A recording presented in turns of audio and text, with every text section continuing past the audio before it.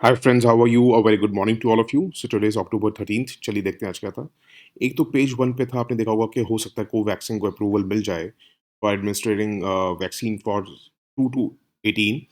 अब उसमें इंपॉर्टेंट क्या होता है वो तो आने वाला टाइम बताएगा, उसको मिलेगी नहीं मिलेगी, कितनी वैक्सीन को मिलेगी। ये इंपॉर्टेंट नहीं है किसको पहले मिल रही है किसको बाद में। इंपॉर्टेंट क्या हो जाता है कि ड्रग अप्रूवल अथॉरिटी क्या है, CDSCO क्या है, DCGI क्या है, CDSCO के इक्विवेलेंट क्या है डिफरेंट कंट्रीज में। इंडिया का सार्स कोविड 2 जिनोम कंसोर्टियम क्या है, जिसको इनसेकॉग भी कहा जाता है, वो किस मिनिस्ट्री के अंदर है, किस ऑर्गेनाइजेशन ने इनिशिएट किया था ये रीजनल सीक्वेंस जिनोम लैब्स। तो ये लेक्चर्स बड़े इंपॉर्टेंट हैं। देखिए, आपको देखिए यूपीएससी में आए हैं तो थोड़ी मेहनत तो करनी पड़ेगी।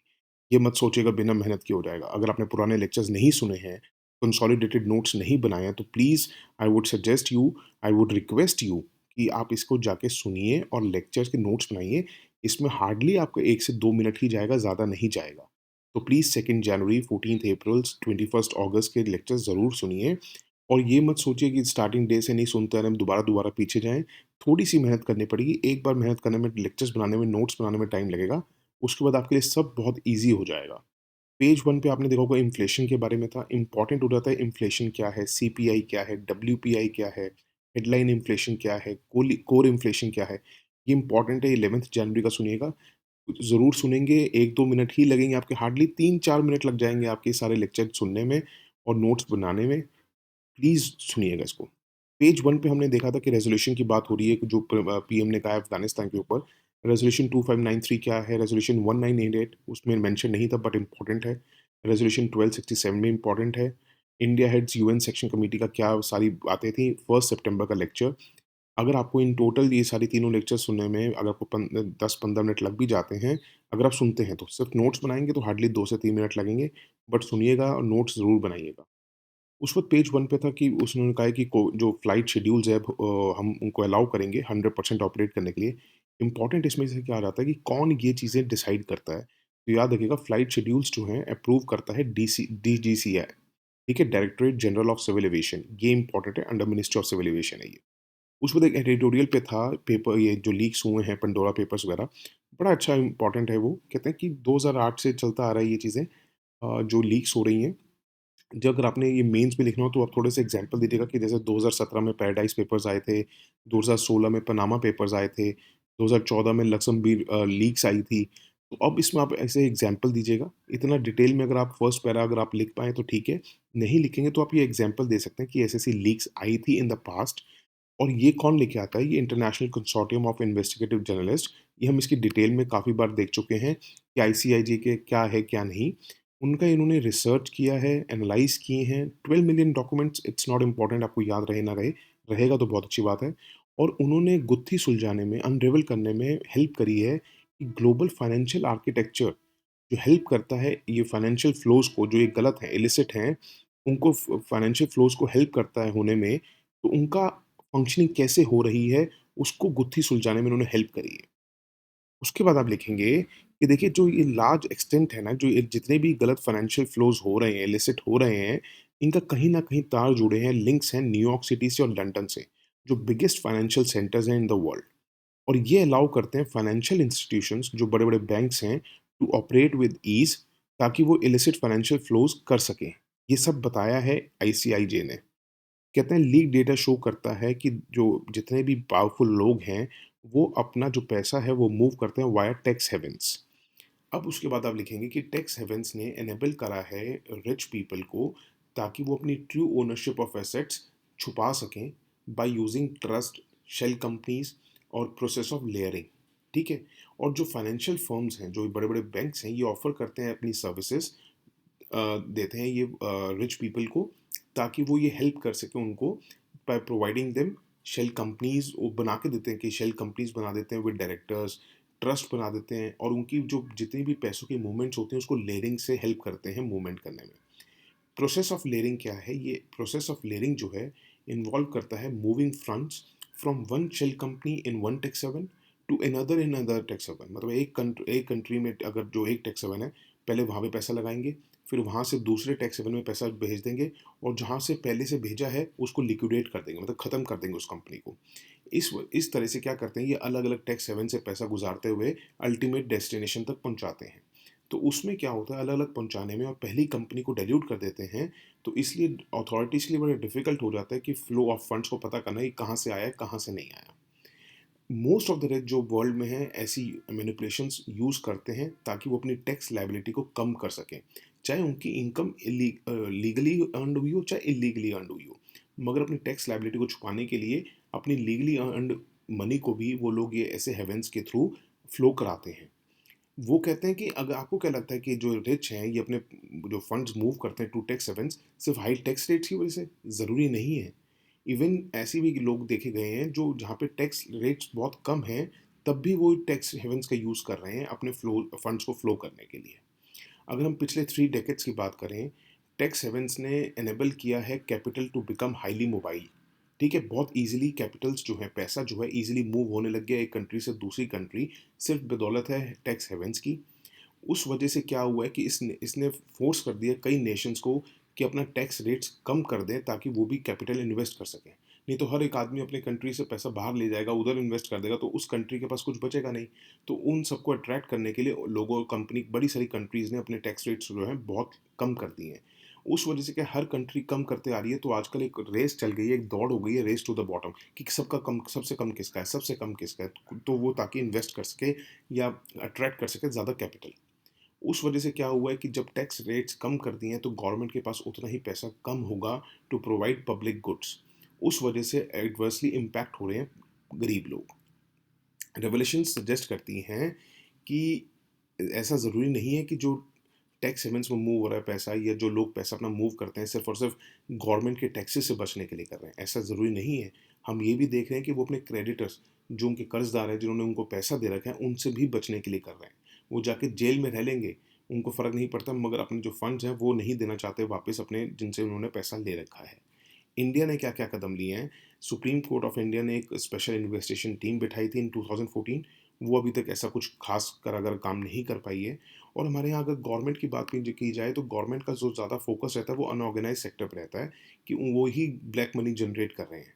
और डेटा बल्कि इंडिकेट करता है कि ऑर्गेनाइज सेक्टर है जो रियल कल्प्रिट है, और वो ही है जो ब्लैक इनकम को जनरेट ज़्यादा से ज़्यादा कर रहा है। अब इन रीसेंट डेवलपमेंट्स क्या हुई इन सबको रोकने के लिए? हम कहेंगे इंटरेस्टिंग रीसेंट डेवलपमेंट है जो अभी अक्टूबर 8 में हमने देखी थी, global minimum tax corporate rate, जो हम डिस्कस भी कर चुके हैं, जो उन्होंने कह दिया कि हम 15% लगाएंगे। वो एक अच्छी बात है। और दूसरा हमें स्टेप्स लेने की ज़रूरत है कि हमें ये इलिसिट फाइनेंशियल फ्लोज को रोकने के लिए एक तो हमें बैंकिंग सीक्रेसी को ख़त्म करना होगा। दूसरा हमें टॉबिन टैक्स लगाना होगा ट्रांजेक्शन्स पे, जो किसी भी कोई भी कंट्री मानेगा नहीं। आपको पेपर में तो सिर्फ इतना ही लिखना है, डिटेल देने की ज़रूरत नहीं है क्योंकि what is Tobin tax, but आपको इकोनॉमिक्स पॉइंट ऑफ व्यू से पता होना चाहिए टॉबिन टैक्स क्या है। टॉबिन टैक्स जो है basically Nobel prize winning economist थे जेम्स टॉबिन, जिन्होंने प्रपोज़ किया था। और ये याद रखिएगा कि आज तक किसी भी कंट्री ने इन एनीवेयर इन द वर्ल्ड ये इम्प्लीमेंट नहीं किया गया है। ये इंपॉर्टेंट है, ये याद रखिएगा। टॉबिन टैक्स उन्होंने प्रपोज़ किया था कि आप एक स्मॉल टैक्स लगाएँ on all the foreign transactions. जो भी फॉरेन एक्सचेंज की ट्रांजैक्शंस हो रही है उस पे स्मॉल टैक्स लगाया जाए, जिसको कहा गया था टॉबिन टैक्स, ताकि उससे डिस्करेज हो सके, जो स्पेकुलेशन होती है, वॉलेटिलिटी होती है फॉरेन एक्सचेंज मार्केट्स में, उसको रोका जा सके। ठीक है, जो लोग इधर से उधर पैसा करते हैं उस पर छोटा सा टैक्स लगाया जाए ताकि उनको जब टैक्स पे करना पड़ेगा तो वो इधर के उधर इलिसिट फ्लोज नहीं होंगे। उस वक्त एक एडिटोरियल पे आपने देखा होगा कि थोड़ा सा राजस्थान का वो दे रखा था, माइंस का, सिर्फ एक स्टेट से कंसंट्रेटेड था, वो इसलिए इंपॉर्टेंट नहीं है हमारे लिए। थोड़ी सी चीज़ें उसमें इंपॉर्टेंट थी। तो सिलिकोसिस क्या है? कहते हैं ये एक पार्ट है न्यूमोकोनियोसिस फैमिली का ऑफ डिजीजेस। और ये क्या, इसको क्या कहा जाता है? ऑक्यूपेशनल डिजीज, मतलब किसी को ऐसे काम में है, ऐसा आप काम करते हैं जिस वजह से आपको डिजीज हो रही है, that is called occupational disease. ये बेसिकली सिलिकोसिस जो होता है वो डस्ट एक्सपोजर से होता है, जो माइंस वगैरह में होती है या कंस्ट्रक्शंस में होती है। ये इनक्योरेबल है, याद रखिएगा। इसको क्योर नहीं किया जा सकता। ये परमानेंट डिसेबिलिटी कॉज करता है। हाँ, प्रिवेंटेबल टोटली है। अगर हम कंट्रोल मेजर्स और टेक्नोलॉजी के साथ काम करवाएं तो इट इज़ टोटली प्रिवेंटेबल, ये याद रखिएगा, इंपॉर्टेंट है। Directorate general of mineral safety, mine safety, ये इंपॉर्टेंट है। ये किसके अंडर है? ये मिनिस्ट्री ऑफ माइंस के अंडर नहीं, मिनिस्ट्री ऑफ लेबर के अंडर है, ये याद रखिएगा। ये ही सोल अथॉरिटी है जो हेल्थ और सेफ्टी माइंस में इसको वो करती है, इन्फोर्स। उसमें पेज 9 पे था, थोड़ा सा इम्पोर्टेंट है कि यूरिया के ऊपर फिक्स एमआरपी सेंटर ने फिक्स किया हुआ है, बट और किसी नॉन यूरिया फर्टिलाइजर प्राइसेस पे एमआरपी फिक्स नहीं है, उनके प्राइसेस जो हैं वो डी कंट्रोल्ड हैं। और दूसरा जो है, गवर्नमेंट जो है क्या फिक्स करती है नॉन यूरिया पे, nutrient based subsidy rate instead fix करती है, न्यूट्रिएंट बेस्ड सब्सिडी। ठीक है, ये याद रखिएगा। मतलब इसमें क्या होता है कि यूरिया के ऊपर तो गवर्नमेंट जो है सब्सिडी दे रही है, एमआरपी फिक्स कर रही है, ठीक है, बट नॉन यूरिया जो है वो प्राइसेस डी कंट्रोल हो गए हैं, जैसे पेट्रोल और डीजल के। बट उसमें उस गवर्नमेंट ने क्या किया था हेल्प करने के लिए, जैसे डीएपी वगैरह में न्यूट्रिएंट बेस्ड सब्सिडी रेट्स रख दिए थे। इसमें जो सब्सिडी है वो पे होती है फर्टिलाइजर कंपनीज को एज अ कंपनसेशन, ताकि वो अपने प्रोडक्ट्स को बिलो मार्केट प्राइस सेल कर सकें। ठीक है, यूरिया के बाद अगर देखी जाएगी तो कौन सी खाद इंपॉर्टेंट है, वो है डीएपी, जो सबसे ज़्यादा पॉपुलर आफ्टर यूरिया। पेज 9 पे था मल्टी मोडल कनेक्टिविटी, जो it will be called PM गति शक्ति। याद रखिएगा, पीएम गति शक्ति के बारे में आपसे पूछना तो it is multi modal connectivity. ये प्रोजेक्ट्स कई कवर प्रोजेक्ट्स करेगी, चाहे वो डिफरेंट मिनिस्ट्रीज़ की हों, चाहे डिफरेंट स्टेट गवर्नमेंट्स की हों। इसमें भारतमाला भी, सागरमाला भी, inland waterways, dry land ports, उड़ान, टेक्सटाइल क्लस्टर्स, जितने भी डिफेंस कॉरिडोर्स हैं, इलेक्ट्रॉनिक पार्क्स हैं, इंडस्ट्रियल कॉरिडोर्स हैं, फिशिंग क्लस्टर्स हैं, एग्रीकल्चर जोन्स हैं, सबको कनेक्ट किया जाएगा। दैट इज़ कॉल्ड पीएम गति शक्ति। ये इंपॉर्टेंट है प्रीलिम्स के लिए। ठीक है, उसके बाद पेज 10 पे था इन्वायरमेंट मिनिस्टर ने इशू करी है ड्राफ्ट रूल्स। अभी ये पब्लिक भी आ गया है कमेंट्स के लिए कि आप अपना कमेंट कीजिए कि चलेगा या नहीं चलेगा। उसमें मैंडेट किया है जितने भी प्लास्टिक पैकेजिंग प्रोड्यूसर्स हैं उनको अपना कलेक्ट करना पड़ेगा, जितना भी वो प्रोड्यूस करते हैं बाय 2024। याद रखिएगा डेट कौन सी है, बाय 2024। और इंश्योर करना पड़ेगा कि उसमें से मिनिमम इतना परसेंटेज, चाहे वो 30 हो, फिर वो कहेंगे अगले साल से 40 हो, फिर 60 हो, कि वो रिसाइकिल होना ही होना ज़रूरी है। याद रखिएगा, प्लास्टिक पैकेजिंग में उन्होंने 3 कैटेगरीज में इसको बांटा है। First is rigid plastic, category 2 है flexible plastic packaging of single layer या चाहे मल्टी लेयर।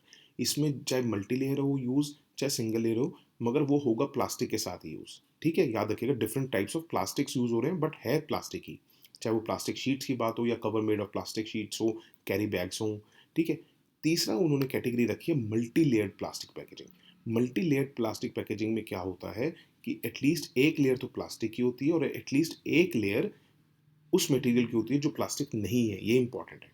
उसमें जो उनको रिसाइकिल करना है वो करना है जो मल्टी लेयर्ड प्लास्टिक जो नहीं रिसाइकिल हो सकता, मतलब जो रिजिड प्लास्टिक है उसको तो रिप्लेस करना ही, रिसाइकिल करना है। जो ऐसी आइटम्स है जिनको रिसाइकिल नहीं किया जा सकता, जैसे multi layer multi material plastics, उसको वो एलिजिबल होंगे कि उनको एंड ऑफ लाइफ डिस्पोजल, जैसे जो रोड कंस्ट्रक्शन में हमने देखा था अपने नॉर्थ ईस्ट में ना, रोड कंस्ट्रक्शन में आजकल प्लास्टिक की बॉटल्स या प्लास्टिक के बैग्स को बिछा दिया जाता है रोड कंस्ट्रक्शन के टाइम पे, ताकि सीपेज ना हो। वेस्ट टू एनर्जी प्लांट्स में, वेस्ट टू ऑयल प्लांट्स में, सीमेंट क्लेंस में आप वहाँ भेज सकते हैं। मेथड्स जो भी सीपीसीबी याद रखिएगा प्रिस्क्राइब करेगा वो ही परमिटेड होंगे फॉर देयर डिस्पोजल। उस पर एक इंटरनेशनल पेज पे था, चाइना ने कहा है कि वो बायोडाइवर्सिटी फंड लेके आएंगे, जिसमें वो प्लेज करेंगे $230 million to protect biodiversity in developing countries. इसमें भी आगे बहुत कुछ होगा, तब देखेंगे क्या है क्या नहीं। बस अभी याद रखिएगा बायोडाइवर्सिटी फंड चाइना लेके आया है, जिसमें वो प्रोटेक्ट करेगा बायोडाइवर्सिटी इन डेवलपिंग कंट्रीज। उस पर एक बिजनेस पेज पे था, इंडिया जो है उसमें लिखा हुआ था, कोल की बात थी कि इंपोर्ट करना अलाउ किया जाए या नहीं करा जाए। इंपोर्ट तो करते ही हम कोल, ये याद रखिएगा। दूसरी बात कि इंडिया वर्ल्ड का सेकंड लार्जेस्ट कोल प्रोड्यूसर है, और हमारे रिजर्व्स की बात करी जाए तो फोर्थ लार्जेस्ट है। फर्स्ट लार्जेस्ट प्रोड्यूसर कौन सा है, याद रखिएगा चाइना। और सबसे ज़्यादा रिजर्व किसके पास है, वो है यूएस से। ठीक है, that's it for today. Thank you so much for listening and have a good day. Bye, take care, God bless you all.